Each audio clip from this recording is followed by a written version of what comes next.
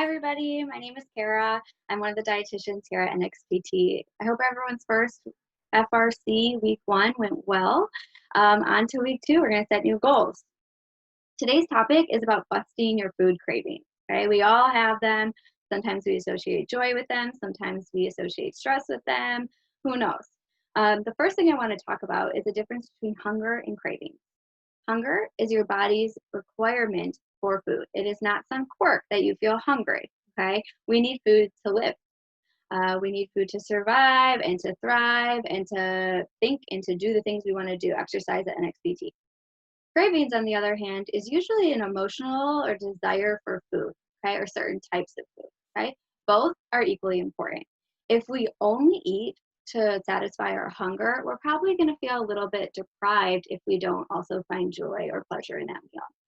If we only eat for the things that we desire or the pleasurable foods, the craving foods, then we're going to be a little bit malnourished. We're going to be missing out on key vitamins and minerals to help us thrive in life. Okay, so we're going to go over a bunch of key things to do to help manage your craving. Okay, the first and probably most important thing you can do is fuel on a regular schedule. What does that mean? Every 4 to 5 hours, no more than 5 hours between meals. Okay, if you must go longer than 5 hours between a meal, say lunch is at noon and you don't eat dinner till 7, you must plan a snack. Okay, snacks are a combination of a produce, meaning some sort of fruit or vegetable, with a protein source. You must pair them. Okay, I'm going to go over in the latter half of the lecture some great ideas for snacking. Okay, the next thing I need you to do is eat with the right plate ratio.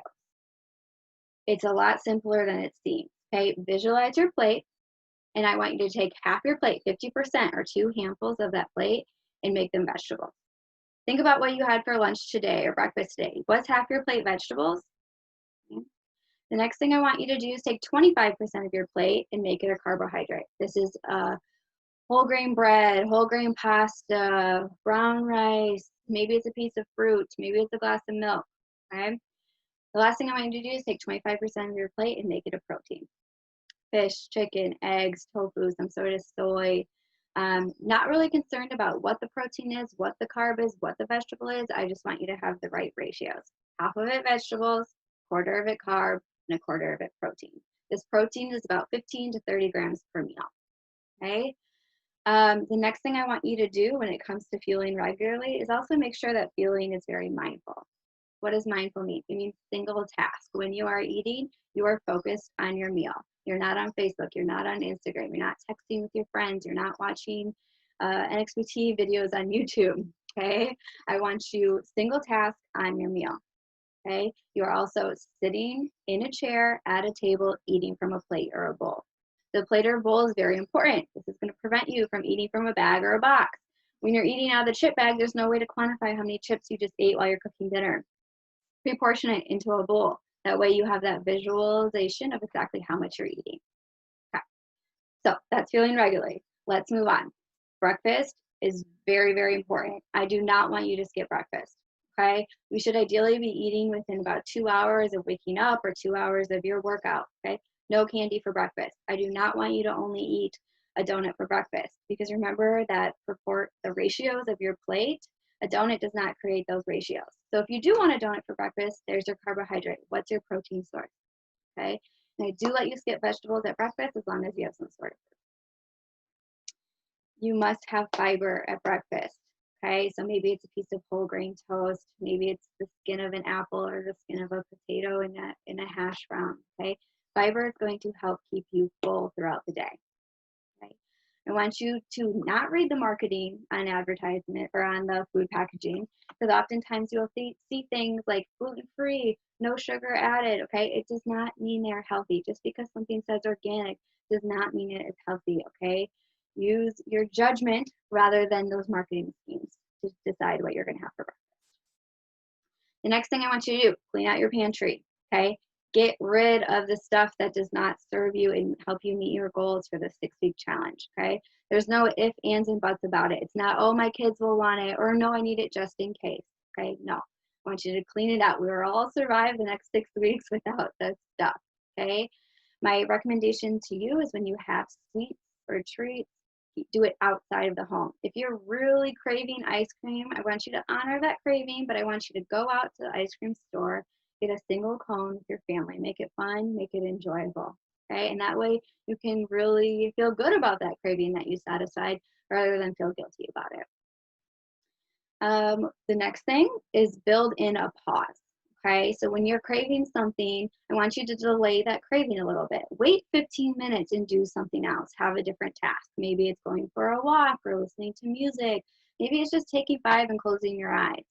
Okay, crosswords, sipping tea, meditating. Those are all great ways to help delay those cravings. See if they go away. If they don't, you can honor those cravings after 15 minutes. So build in that pause. Hydration is very important. Oftentimes, if we're dehydrated, we uh, think that we're hungry when we're actually just thirsty. Okay. A really easy way to determine if you're getting enough fluids, you should be drinking about half your body weight in ounces. Okay. So if you're a 200-pound person, that's 100 ounces of water a day. Sometimes I carry around a water bottle to help me. I'll drink coffee or tea in the morning. This is also a good source of fluid. Skip the sodas. Okay, I do not want you drinking your calories. Skip the Starbucks unless you're getting just plain black coffee. Skip the vitamin waters, the Gatorades, the sports drinks. You don't need them. Do not drink your calories. That's just wasteful. It's not going to help you feel full. Oftentimes after meals, we want something sweet. So if you want a taste transition to help honor that sweetness, maybe it's a dessert tea or a cinnamon tea or a mint tea, and that can help reduce the cravings as well. Quality sleep, really, really important, often overlooked, okay? We need minimum 6 hours of sleep. Everybody's a little bit different, but we usually say, 6 to 9, 7 to 9 hours of sleep. Ideally, we are not eating within 2 hours of sleep. And it's not really having to do with weight loss. It's actually because as we sleep, our hormones are reset. Okay. And our hormones control everything in our body. And if we're eating before bedtime, then our hormones are doing other things than resetting. They're helping digest the food and process the food. So, my recommendation is no meals within 2 hours of going to bed. And lastly, of course, movement. Exercise actually can help reduce your appetite. You might notice right after an NXPT workout, you're really not that hungry until a little while after. Maybe it's a 15-minute walk just to, again, help build in that pause and reduce those cravings. Okay? So those are my main tips for you. I am going to go over some good drop and swap ideas. I call them swap opportunities. For those of you that crave certain things or foods or drinks, this can help um, honor those cravings, but in a more guilt-free way. So the first one being wine or alcohol, okay? I love, and I usually do it during the 6-week challenges, is swapping out my nightly wine for a nightly glass of kombucha in a wine glass. It is, you would be surprised on how well it works, okay? Um, the next thing is the peanut butter you're choosing. The Skippy peanut butter, the organic, whole, no added junk peanut butter. Make sure you read the ingredients. The ingredient list should read peanuts only, potentially maybe salt, but I really want your peanut butter only to read peanuts. Even if it says organic, it doesn't mean that it doesn't have added sugar. You often see added sugar or powdered sugar in your peanut butter. For sodas, okay, drop them. Again, I don't want you drinking your calories. So if you need something fizzy or bubbly, have some sparkling water and maybe you add like a little shot of fruit juice in it to give you the flavor. Dannon or fruit on the bottom yogurt, so much sugar. My rule for sugar for yogurt, I'm sorry, must have more protein than sugar. So you're gonna, again, have to read the ingredient list. I need more protein than sugar when it comes to yogurt. Great way to do that is to have plain, like Fage, 2% yogurt, and add your own fresh fruit. Peanut butter and jelly sandwiches. My dad asked me about this the other day. I told him just have peanut butter and strawberries. Have fresh fruit on your peanut butter sandwich. That way you don't have all the added sugars with the jelly. If you're craving candy, maybe a fruit candy, mango slices or unsweetened mango, you can get those at most grocery stores. It's a good alternative. And if you're craving ice cream, bananas. Have you ever had frozen bananas with ice cream? It's a great alternative. And I'm going to show you a recipe at the end of this lecture about making banana skinnies.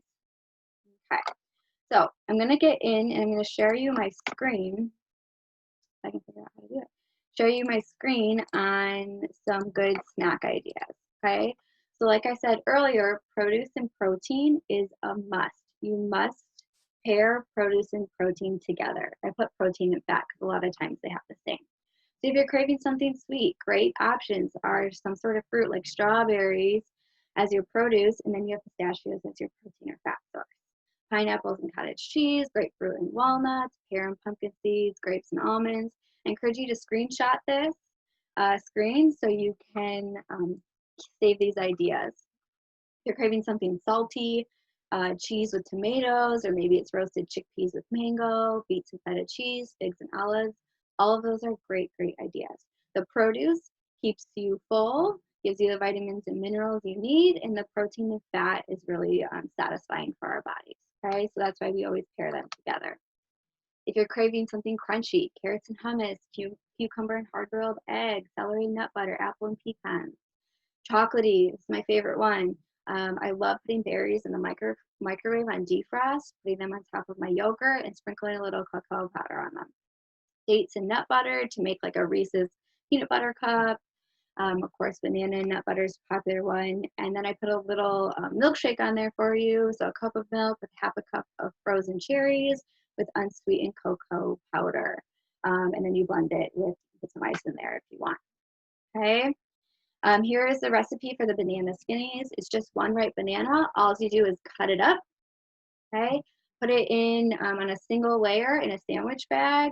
Put it in the freezer for a minimum of 2 hours. I usually do mine overnight. And then when you're ready for the snack, then you put the little bit of nut butter on them. When I say nut butter, it's almond butter, peanut butter, sunflower seed butter, any kind of nut butter that you like. I don't really care, whatever your preference is, because again, you want to honor those cravings that you have and eat the foods that you love. And this can store in the freezer for up to 3 months. Okay, so at the end of the day, I hope you found this really, really helpful to help bust your food cravings. Um, my driving force of being here at NXPT and doing these nutrition lectures is to help build better humans, whether it means fitness or nutrition or faith or community.